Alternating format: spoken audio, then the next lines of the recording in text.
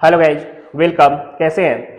बात करें यार, लास्ट क्लास में हमने आपको बताया था कि डेप्रीसिएशन क्या है और आपका फीचर्स ऑफ डेप्रीसिएशन के साथ मैंने बहुत सारा यार 8 मेथड लिख दिए थे। और आपको लग रहा था कि सर 8 मेथड लिख दिए, कैसे एक्सप्लेन होगा, क्या है क्लियर। आज आपका एक मेथड के बारे में बात करूंगा। सबसे पहला मेथड, उसका एक प्रैक्टिकल क्वेश्चन भी सॉल्व करके बताऊंगा अच्छे तरीके से एकदम, ठीक है। तो आपके लिए इंटरेस्टिंग होने वाला वीडियो। बात करें सबसे पहला मेथड आपका straight line method. Straight line method को ही हम लोग ओरिजिनल कॉस्ट मेथड बोलते हैं, सिंपल एवरेज मेथड बोल सकते हैं, फिक्स्ड इंस्टॉलमेंट मेथड बोलते हैं। तो एक ही डेप्रीसिएशन का मेथड है लेकिन इसके बहुत सारे नाम है, ठीक है। तरीका सेम है। आज इसके बारे में बात करेंगे, चलिए ध्यान दीजिएगा। हाँ गई, आगे चलते हैं, ध्यान दीजिएगा। बात करें स्ट्रेट लाइन मेथड के बारे में। स्ट्रेट लाइन मेथड मैंने थ्योरी लिखा है यहाँ पे। Under the straight line method a fixed and equal amount is the form of depreciation on according to a fixed percentage on the original cost is written off during each accounting period over the expected useful life of the asset। समझिए मेरी बात को, क्या होता है ना यार कि स्ट्रेट लाइन मेथड में अमाउंट ऑफ डेप्रिसिएशन जो होता है वह ओरिजिनल कॉस्ट पे चार्ज किया जाता है। स्ट्रेट लाइन मेथड में डेप्रिसिएशन का जो वैल्यू होता है वह ओरिजिनल कॉस्ट पे चार्ज किया जाता है, ठीक है।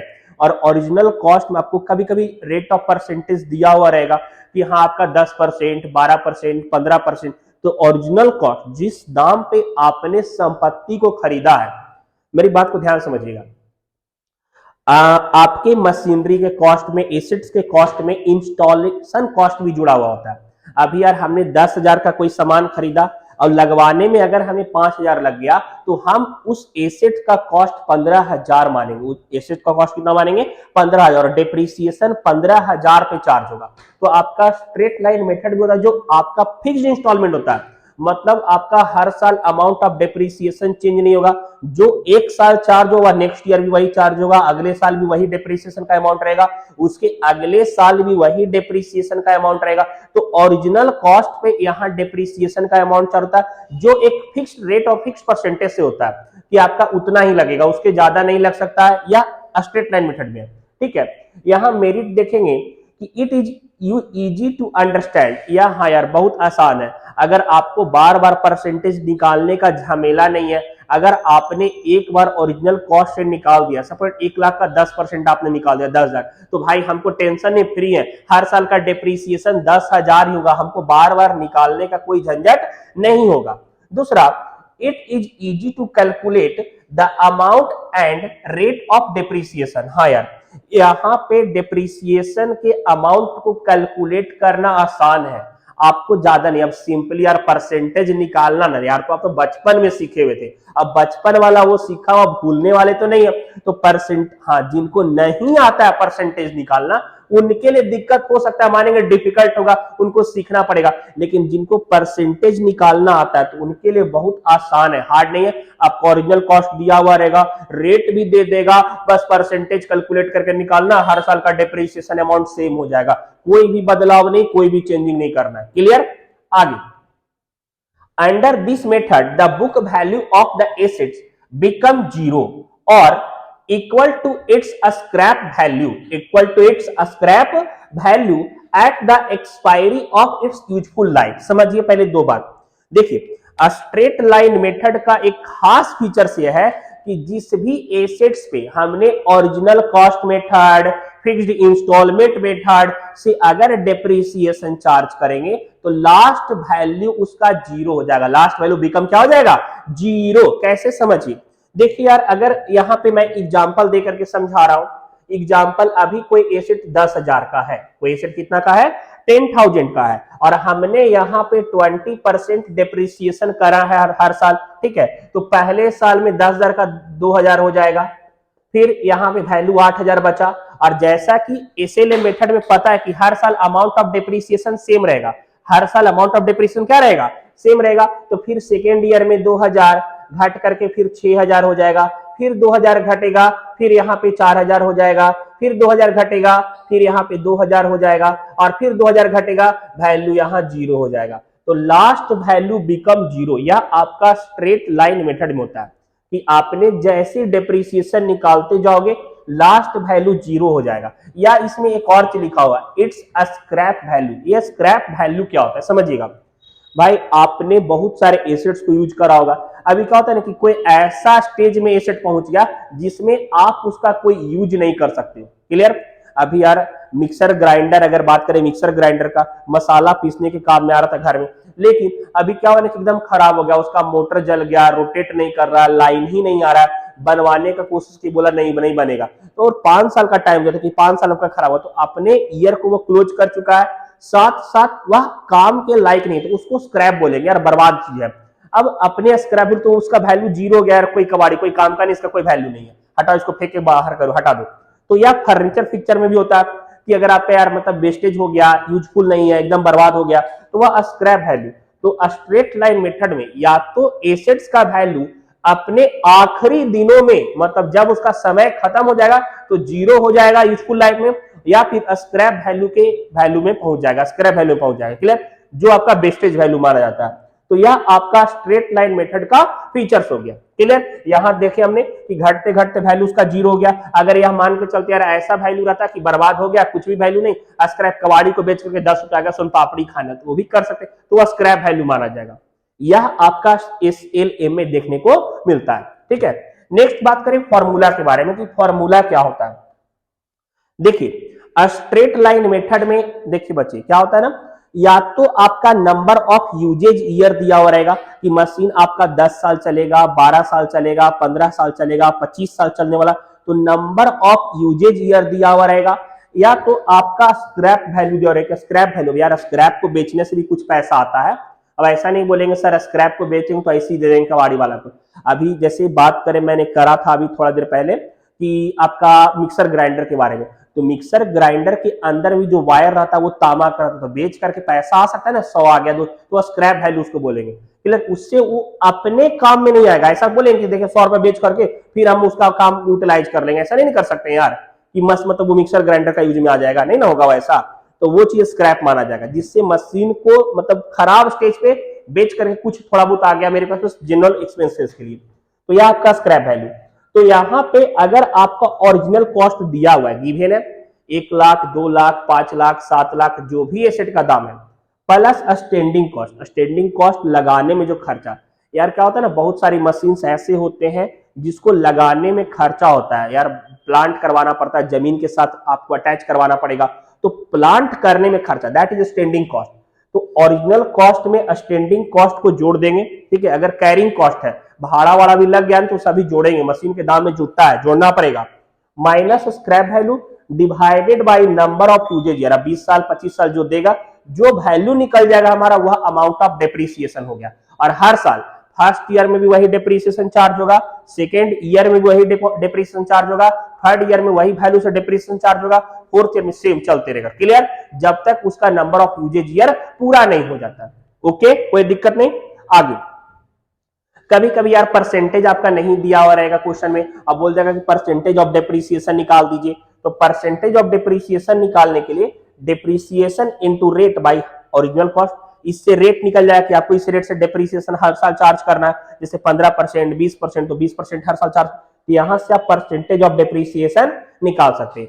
यह आपका रहा स्ट्रेट लाइन मेथड का कंप्लीट डेफिनेशन थ्योरी। ठीक है। अभी सुनिए, डिमेरिट्स भी है लेकिन कुछ खास वैसा इंपैक्ट करने वाला नहीं, यह आपका काम का है, अच्छे से राइट डाउन भी कर लीजिए।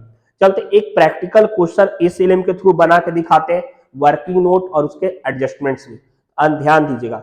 एक चीज और यार, कहीं से वीडियो वॉच कर रहे हैं ना, लग रहा है कि हेल्पफुल है, समझ में आ रहा है टॉपिक, अगर लग रहा है कि हाँ इंप्रूवमेंट करना चाहिए तो कमेंट में बताइए, सुनूंगा। लग रहा है कि हेल्पफुल है, किसी स्टूडेंट्स को देख करके उनके कॉन्सेप्ट को क्लियर किया जा सकता है, उनका डाउट दूर होगा, तो यार शेयर भी कीजिए, लाइक शेयर कीजिए और बेल आइकन को प्रेस कर लीजिए। जब जब नया नया वीडियो अपडेट करेंगे तब तक आपके पास नोटिफिकेशन जाएगा, और सारे सीनियर क्लासेस के लिए वीडियो है यहाँ पे, तो फायदा आपके लिए, सपोर्ट आपका जरूरी है। चलिए चलते हैं प्रैक्टिकल क्वेश्चन। हाँ गाइस आगे चलते हैं। देखिए यहाँ पे मैंने एक क्वेश्चन लिखा है, clear.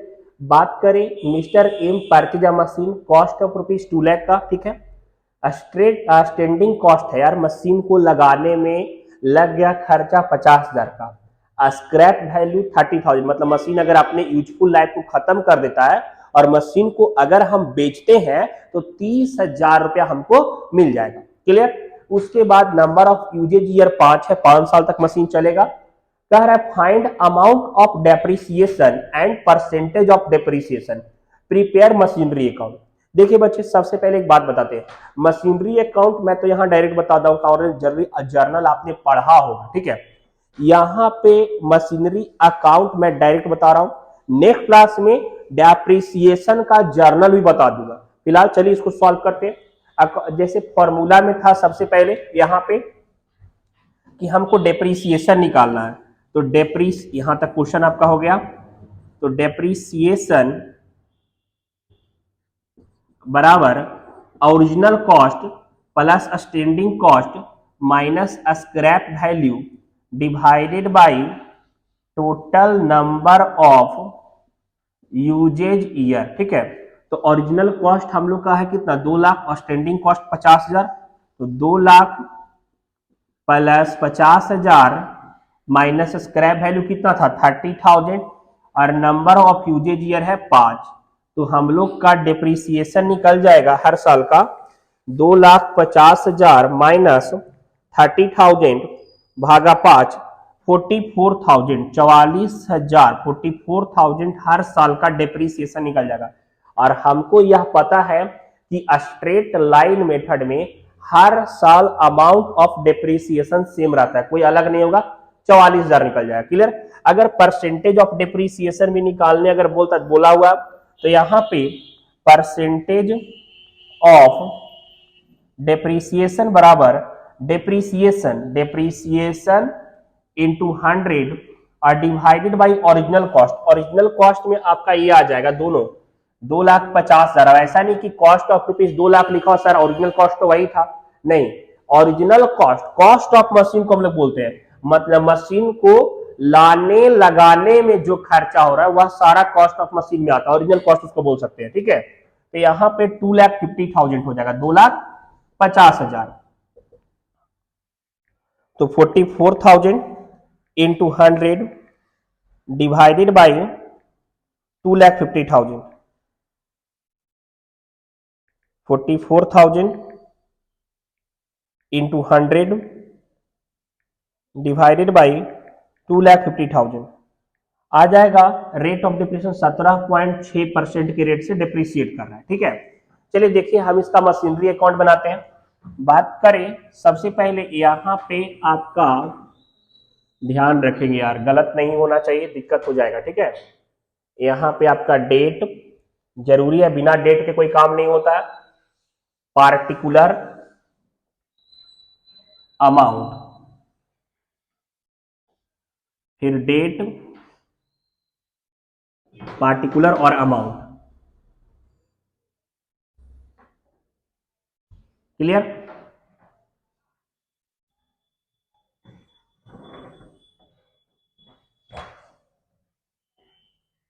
Date, particular, amount. Date, particular और अमाउंट, यहां पे हो गया मशीनरी अकाउंट, ठीक है। चलिए देखिएगा, बात करें सबसे पहले यहां पे मशीनरी जो खरीदे, तो हमारा अगर डेट नहीं दिया, अगर डेट रहा था सपोज डेट, तो हम डेट यहां पे मेंशन करते, ठीक है। और 2 कैश अकाउंट, पहला अगर मशीनरी को खरीद रहे तो machinery account debit to cash account होता है, ठीक है। तो यहाँ पे टू कैश हमारा हो जाएगा, दोनों कॉस्ट को लिखेंगे, दोनों का जोड़ करके 2,50,000, जो हम लोग का यहाँ पे 2,50,000। क्लियर। अब यहाँ पे अगर कैलेंडर ईयर है तो 31 दिसंबर को क्लोज होगा, अगर फाइनेंशियल ईयर है तो आपका 31 मार्च क्लोज होगा। चलिए हम यहाँ पे लिखते हैं कैलेंडर ईयर, कैलेंडर ईयर, ठीक है। तो कैलेंडर ईयर मशीनरी का जो डेट है हम लिख देते हैं यहाँ पे 1 जनवरी को खरीदा था, 1 जनवरी, ठीक है। तो अब तक हो गया पूरा 12 मंथ का, क्लियर।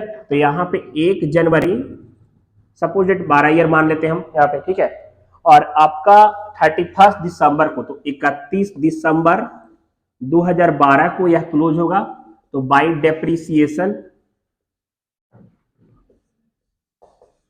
बाई डेप्रीसिएशन, हमारा डेप्रीसिएशन हर साल क्या था, फिक्स इंस्टॉलमेंट मेथड से 44,000 का निकल रहा था, तो 44,000। तो यहां पे आपका 2,50,000, यहां भी हो जाएगा आपका 2,50,000, क्लियर।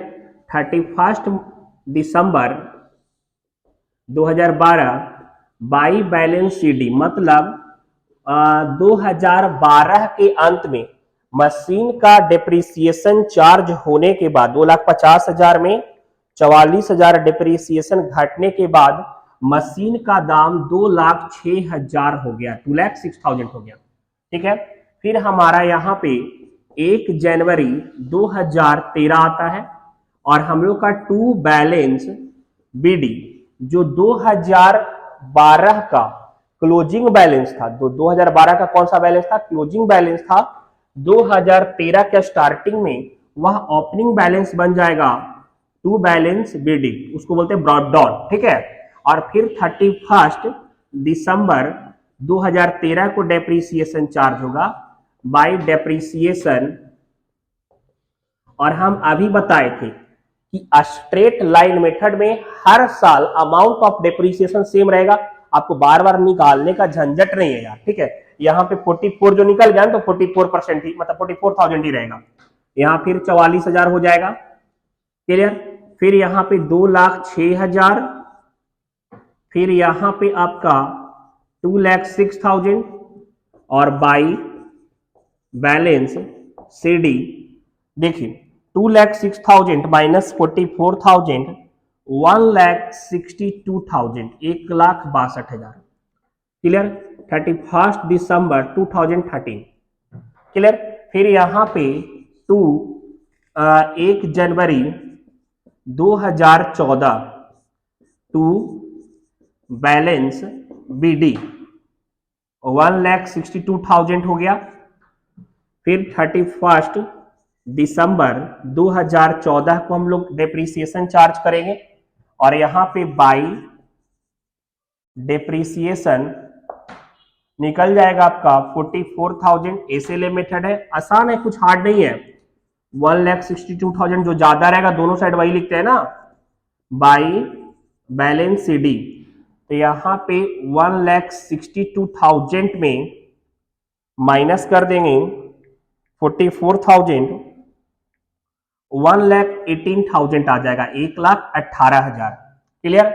फिर सेम 1 जनवरी 2015, हम लोग को 5 साल तक निकालना था ना, तो 1 साल 2 साल 3 साल, ये चौथा साल है। टू बैलेंस बीडी 1,18,000 और आपका यह टोटल 1,18,000। 31 दिसंबर 2015 बाई डेप्रीसिएशन निकल जाएगा 44,000 और यहां पे आपका 1,18,000 में 44,000 माइनस कर देंगे, 74,000 आपका निकल जाएगा बैलेंस सीडी। तो टू बैलेंस बीडी 74,000 1 जनवरी 2016, ठीक है, 5वां साल ही है ना भाई, ठीक है। तो यहां पे आपका 74,000 हो गया और यहां पे 31 दिसंबर को हम लोग डेप्रीसिएशन चार्ज करेंगे 16 में बाई डेप्रीसिएशन, ठीक है। एकदम प्रोसेस से चलेंगे, कोई हड़बड़ाना नहीं है, आराम से, क्योंकि बनाना है यार। 74,000 में 44,000 अगर घटा देंगे तो हम लोग का बाई बैलेंस सीडी 30,000 निकल जाएगा, ठीक है, 30,000। अब एक बात ध्यान रखिए, क्या बोला गया था कि मशीन का काम करने का साल 5 साल था, 5 साल तक हमने डेप्रीसिएशन निकाला। अब हम लोग क्या देख रहे हैं कि स्क्रैप वैल्यू यहाँ पे 30,000 था ना, तो यहाँ पे लास्ट वैल्यू जो निकल गया बैलेंस शीट वो कितना है 30,000, यही है ना। तो यहाँ पे यह आपका एसएलए मेथड है जहां पे या तो लास्ट वैल्यू 0 हो जाएगा या तो लास्ट वैल्यू स्क्रैप वैल्यू के बराबर हो जाएगा। यह आपका एसएलएम मेथड है। कौन सा मेथड होगा बच्चे? Straight line method. Clear? Concept clear ही लगा होगा, अच्छे से राइट डाउन कर लीजिए। प्रोसेस के साथ चलेंगे, धीरे धीरे छोटे लेवल से बड़े लेवल तक क्वेश्चन पहुंचाऊंगा, ठीक है? आपको समझ में आएगा, डाउट नहीं रहेगा। और लग रहा है ना कि यार हमारा वीडियो हेल्पफुल है, सपोर्टिव है, तो ज्यादा से ज्यादा लोगों तक शेयर करें। आपके कांटेक्ट में जो भी फ्रेंड हैं जो कॉमर्स लिए हुए हैं और लग रहा है कि पढ़ करके उनका हेल्प हो जाएगा, कॉस्टलेस है, कॉस्ट लगेगा नहीं, और बहुत सारे को ऐसे नीड भी है, तो काइंडली शेयर कीजिए, उनका सिलेबस भी कंप्लीट होगा। ठीक है, धन्यवाद, मिलेंगे नेक्स्ट क्लास में।